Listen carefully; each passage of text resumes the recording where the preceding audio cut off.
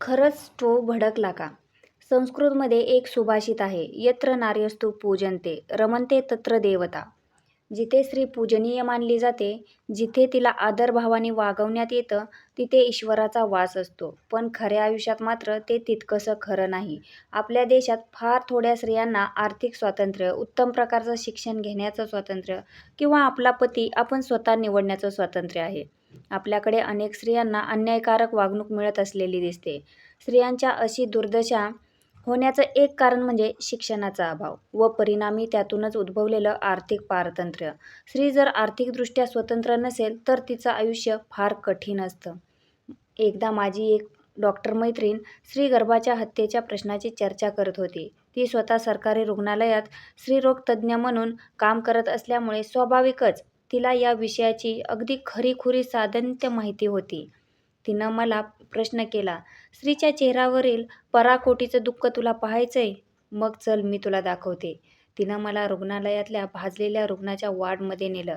दिल्लीच्या रेड फोर्टमध्ये लिहिलेलं एका वचनात थोडा बदल करून म्हणायचं झालं तर, पृथ्वीतलावर जर नरक कुठे असेल तर या इथे आहे. अत्यंत निराशाजनक होतं. जवळजवळ सर्वच रुग्ण स्त्रिया होत्या. त्यातील बहुतांशी स्त्रिया 18 ते 28 वयोगटातील होत्या. अत्यंत गरीब परिस्थितीतील होत्या. त्या सर्वजणी यातनांनी तळमळत होत्या. सर्वांची कहाणी सारखीच होती. मी स्वयंपाक करायला म्हणून स्टोव्ह पेटवायला गेले. स्टोव्हचा भडका उडाला. नायलॉनच्या साडीचा पदर पेटला. सगळी चूक माझीच आहे. माझा नवरा फार चांगला आहे. माझे सासू-सासरे माझ्या आईवडिलांप्रमाणे आहेत. आपल्या देशात अनेक तरुणी विवाहित स्त्रिया या अशा तथाकथित स्टोव्हच्या भडक्याने मृत्युमुखी पडत असतात. या स्टोव्ह तयार करणाऱ्या कंपन्यांवर कोणीही खटला कसा नाही भरत? आपल्याला सर्वांनाच याचं उत्तर माहीत आहे. हे काही स्टोव्हचा भडका उडून झालेला अपघात नसतातच.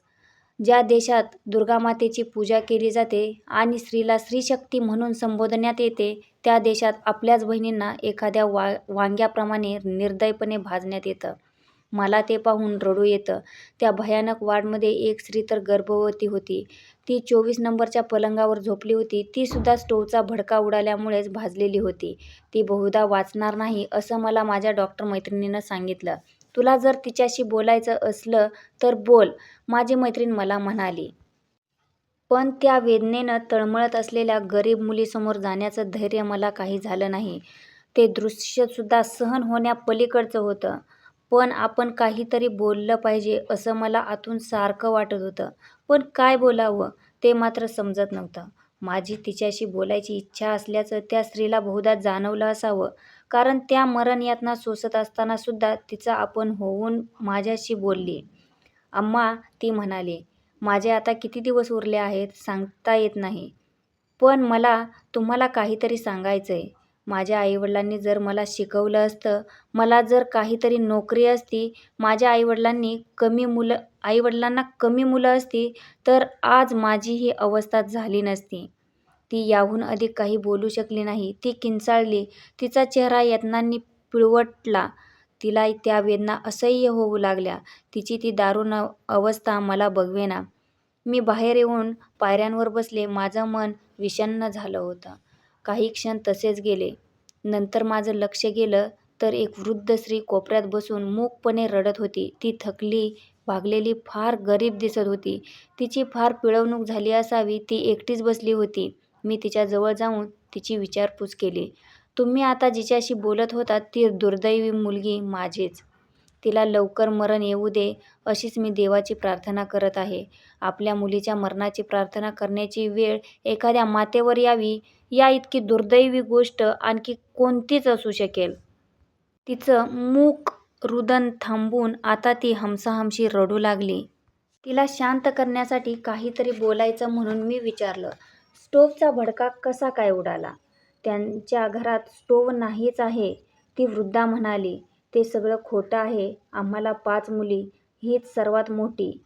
ती 9व्या इयत्तेत असतानाच आम्ही तिला शाळेतून काढलं. ती अभ्यासात चांगली हुशार होती. पण आम्ही तरी काय करणार? मला घरकामात मदतीला कुणीतरी हवं होतं. धाकट्या मुलांना सांभाळायला कुणीतरी हवं होतं. त्यामुळे तिला शाळा सोडावी लागली. ती स्वतः लहान असतानाच आपल्या पाठच्या बहिणींना सांभाळायची. काही वर्षांनी आम्ही तिच्या लग्नाचा विचार केला. आमच्या आजूबाजूला सगळ्याच मुलींना लहान वयातच उजवतात. आम्ही मुलीचं लग्न लवकर केलं नाही तर लोक काय म्हणतील? आम्ही चांगला हुंडा वगैरे देऊन आमच्या परीनं तिचं थाटामाटात लग्न करून दिलं. हे सगळं अगदी ठराविक साच्यात बसणारच होतं आणि नंतर घडलेल्या घटनांनाही अगदी तशाच. ती अगतिक बाई बोलतच होती. सासरचे लोक खुश नव्हते. तिचा नवरा आणि सासू तिला पैशासाठी मारायचे. मग ती माहेरी यायची. तिला सासरची माणसं इतकं वाईट वागवायची हे माहीत असूनही आम्ही तिला परत पाठवायचो. आमच्या बाकीच्या मुलींचे लग्न व्हायचे आहेत. शिवाय एकदा लग्न झालं की मुलीची जागा आपल्या नवऱ्याच्या घरीच असते ना. या वर्षानुवर्षे चालत आलेल्या तत्वाविरुद्ध आवाज कोण उठवणार? मग त्या स्त्रीला विचारलं, तुमचा नवरा काय करतो? तो सुतार होता, असं तिनं सांगितलं. त्याला वाटतं मुलगा असलाच पाहिजे, तरच आयुष्याला काहीतरी अर्थ आहे. आपल्या देशात अजूनही कित्येक लोकांच्या आयुष्यात या गोष्टीला किती महत्त्व आहे त्याचं आणखी एक उदाहरण. आता तिच्या दुःखाचा भर थोडा ओसरला होता, पण तिच्या डोळ्यात मला संताप स्पष्ट दिसत होता. तिची कहाणी अगदी साचेबंद होती. आम्हाला वाटलं पोरं बाळ झालं की सगळं ठीक होईल, पण तसं झालं नाही. तिला दिवस राहिले. तिला मुलगी होणार आहे असं तिच्या सासूला कळलं. मग त्यांनी माझ्या मुलीलाच मारून टाकायचं ठरवलं. माझ्या मुलीनं मृत्यूपूर्व जबानीत लिहून दिलंय. एकदा मध्यरात्री तिच्या नंदेनं तिचे हात बांधले. तिच्या नवऱ्यानं तिच्यावर केरोसिन ओतलं आणि सासूनं काडी लावली. माझी बाहुलीसारखी पोरगी कापरासारखी जळाली. एवढं बोलून ती अनावर होऊन रडू लागली. डोळ्यातून घळाघळा पाणी वाहू लागलं. तिचं सांत्वन कसं करावं तेच मला कळेना. मी पुटपुटले, काळजी करू नका. कायदा काय ती कारवाई करेलच. शिक्षा होईल. पण सासरच्या लोकांनी त्याचीही काळजी घेतली होती. नवऱ्यानं धमकी दिली होती, जर का खरं काय ते सांगितलं तर तुझ्या बहिणीचं काही खरं नाही. मग त्यांच्या लग्नाची बात तर विसराच. मग तिनं आपली मृत्यूपूर्व जबानी परत घेतली. अशा प्रकारे गुन्हेगार सुरक्षित राहिले. समाजाच्या लालसेच्या वेदीवर आणखी एका मुलीचा बळी गेला. त्या गरीब मुलीच्या तोंडाच्या शब्दाचा अर्थ मला आता उमगला. जर तिला शिक्षणाची संधी मिळाली असती तर तिनं नोकरी धरली असती आणि आपल्या नवऱ्याला सोडलं असतं. जर तिच्या आईवडिलांना कमी मुलं असती तर त्यांनी तिला आपल्याजवळ ठेवून घेतलं असतं. तिची काळजी घेतली असती. आपल्याविषयी लोक काय बोलतील याची पर्वा तिच्या आईवडिलांनी केली, पण नियतीनं आपल्या मुलीच्या पदरात काय वाढवून ठेवलंय त्याची पर्वा त्यांनी केली नाही. त्या तरुण गरोदर स्त्रीच्या कहाणीचा अंतही अशाच तर स्टोचा भडका उडालेल्या कहाण्यांसारखाच होईल. तिचा नवरा मोकळा होईल परत एक लग्न करायला. अशाच घटना परत परत घडतील. ही समस्या अशीच चालू राहणार, कारण गुन्हेगारांना गुन्हा घडता क्षणी लगेच शिक्षा होईल अशी कोणतीही यंत्रणा आपल्याकडे नाही. अगदी खटला भरला गेलाच तरीही तो न्यायालयात 4-5 वर्ष रेंगाळतो. भौतिक वस्तू मिळवण्याच्या लालसा दिवसेंदिवस वाढतच चालली आहे. त्यामुळेच लोक हुंड्यासारख्या सोप्या मार्गाचा अवलंब करतात. यत्र नार्यस्तु पूजन्ते रमन्ते असे शब्द पुनश्च माझ्या ओठावर आले. नकळत माझ्या डोळ्यात पाणी तरारलं. एवढ्यात ड्युटीवरची नर्स आली आणि तिने निर्विकारपणे जाहीर केलं, 24 नंबरच्या बेडवरचं पेशंट वारली.